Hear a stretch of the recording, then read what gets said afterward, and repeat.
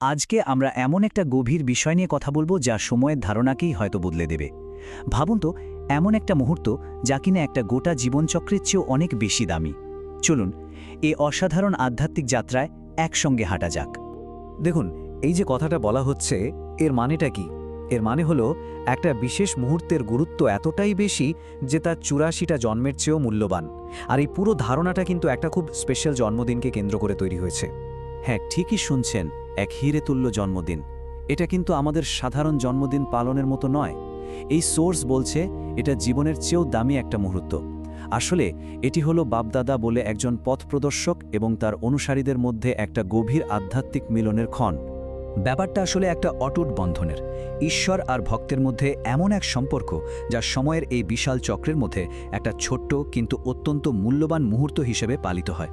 বলা হচ্ছে যে এই পথ প্রদর্শক আর তার অনুসারীরা একদম শুরু থেকে এই পৃথিবী পরিবর্তনের সময়, এমনকি ঘরে ফেরার পথেও সব সময় একসাথে থাকেন। এখানে একটা দারুণ তুলনা টানা হয়েছে।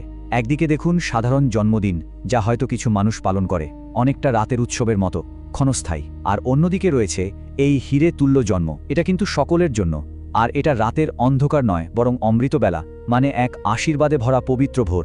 এটা ক্ষণস্থায়ী নয়, বরং এক চিরন্তন সংযোগ। কিন্তু এত বড় একটা পুরস্কার পেতে হলে একটা বড় চ্যালেঞ্জ তো পার করতেই হবে, তাই না? আর সেই চ্যালেঞ্জটাই হলো মায়া। তো এই মায়া জিনিসটা আসলে কি? একে বলা হচ্ছে বিভ্রান্তি বা ডিস্ট্র্যাকশনের একটা জীবন্ত রূপ, এমন একটা শক্তি যার কাজই হলো আধ্যাত্মিক সংকল্পকে পরীক্ষা করা, আমাদের মূল্যবান সময় আর শক্তি নষ্ট করা। মানে এ এক এমন অতিথি যে বারবার এসে মনোযোগটা অন্যদিকে ঘুরিয়ে দিতে চায়। আর এই স্লাইডটা দেখুন, কি দারুণভাবে দেখানো হয়েছে এর সাথে মোকাবেলা করার দুটো রাস্তা। একটা হলো মায়ার পথ, মানে ডিস্ট্র্যাকশনকে একেবারে স্বাগত জানানো, তাকে চা জল খাইয়ে বসিয়ে রাখা আর ভাবা যে আরে এখনও তো অনেক সময় আছে। আর অন্যটা হলো বিজয়ীর পথ, মানে ডিস্ট্র্যাকশনকে দেখামাত্র চিনে ফেলা আর দূর থেকেই তাকে তাড়িয়ে দেওয়া, এক মুহূর্ত সময় নষ্ট না করা। এই কথাটা কিন্তু খুব গুরুত্বপূর্ণ। চলার সময় শেষ হয়েছে, এখন উড়ার সময়। এর মানে হলো ধীরে ধীরে পা টিপে টিপে চলার দিন শেষ, এখন দরকার তীব্র গতিতে এগিয়ে যাওয়া, প্রায় উড়ে যাওয়ার মতো করে।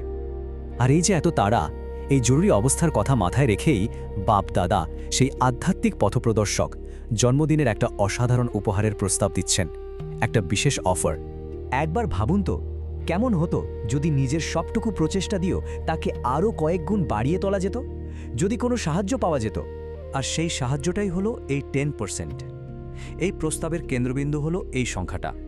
এটা আসলে ঈশ্বরের কৃপার একটা শক্তিশালী রূপ, মানে নিজের প্রচেষ্টার সাথে ঐশ্বরিক সাহায্য যোগ হয়ে যাওয়া। ব্যাপারটা ঠিক এই রকম।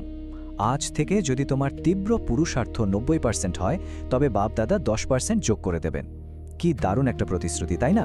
মানে কেউ যদি নিজের দিক থেকে 90% চেষ্টা করে, তাহলে বাকি 10% পূর্ণ করে দেবেন ঈশ্বর, সাফল্য নিশ্চিত করার জন্য। বেশ, এই ঐশ্বরিক সাহায্যটা তো পাওয়া যাবে, কিন্তু তার বিনিময়ে কি করতে হবে? অনুসারীদের কাছ থেকে কি চাওয়া হচ্ছে? বিনিময়ে কোনো বস্তুগত জিনিস চাওয়া হয়নি, চাওয়া হয়েছে মনের একটা বিশেষ অবস্থা, যাকে বলা হচ্ছে দৃঢ় সংকল্প। এটা এমন একটা শক্তিশালী মানসিক অবস্থা যেখানে প্রত্যেকটা চিন্তা খুব পাওয়ারফুল, উদ্দেশ্যপূর্ণ, আর সমস্ত ফালতু বা অপচয়কারী চিন্তা দূর হয়ে যায়। আর এই সংকল্পটা গড়ে তোলার জন্য একটা স্পষ্ট পথও দেখানো হয়েছে। দেখুন, প্রথমত, প্রত্যেকটা চিন্তাকে শক্তিশালী করতে হবে, সাধারণ রাখলে চলবে না। দ্বিতীয়ত, সব রকম অপচয়, চিন্তা, কথা, কাজ বন্ধ করতে হবে। তৃতীয়ত, নিজের আসল পরিচয়, মানে এক শক্তিশালী আত্মা হিসাবে নিজেকে মনে রাখতে হবে। আর সবশেষে আমার আমার এই বোর্ডটা ছেড়ে দিয়ে সবকিছু ঈশ্বরের তোমার বলে সমর্পণ করতে হবে। আর সব কিছুর মূলে রয়েছে এই সহজ কথাটা, সাফল্যের চাবিকাঠি হলো দৃঢ় সংকল্প। এটাই হলো সব আধ্যাত্মিক প্রাপ্তির মূল মন্ত্র। তো এই যে এত প্রচেষ্টা আর তার সাথে ঐশ্বরিক কৃপা, এই আদান প্রদানের শেষ ফলটা কি? পুরস্কারটা কি? পুরস্কারটা কিন্তু সাধারণ নয়। এটা হলো এক নতুন দিব্যযুগের, মানে সত্যযুগের একদম প্রথম জন্মেই ঈশ্বরের সঙ্গী হওয়া, তার হৃদয়ের সিংহাসনে বসার অধিকার পাওয়া, রাজপরিবারের অংশ হওয়া, আর শুরু থেকেই নিজের সর্বোচ্চ সম্ভাবনায় পৌঁছানো। ভাবা যায়? এখানে আরও একটা খুব ইন্টারেস্টিং ব্যাপার আছে। দেখুন, দুরকম যোগীর কথা বলা হয়েছে, রাজযোগী আর প্রজাযোগী। লক্ষ্যটা কিন্তু প্রজাযোগী হওয়া নয়, মানে রাজপরিবারের একজন সাধারণ নাগরিক হওয়া নয়। লক্ষ্যটা হলো রাজযোগী হওয়া, অর্থাৎ ভাগ্য দ্বারাই একজন শাসক হওয়া। যে শুরু থেকেই ঈশ্বরের সঙ্গী আর পূর্ণ পুরস্কার অর্জন করে। সব শেষে একটা প্রশ্ন থেকে যায়, এই বিশেষ আধ্যাত্মিক পথের কথা যদি বাদও দিই, সাধারণভাবে ভাবুন তো, জীবনের যে কোনো ক্ষেত্রে যখন কেউ নিজের সর্বোচ্চ প্রচেষ্টাটা দেয় আর তার সাথে একটু সাহায্য বা কৃপা যোগ হয়, তখন সে কোন উচ্চতায় পৌঁছাতে পারে?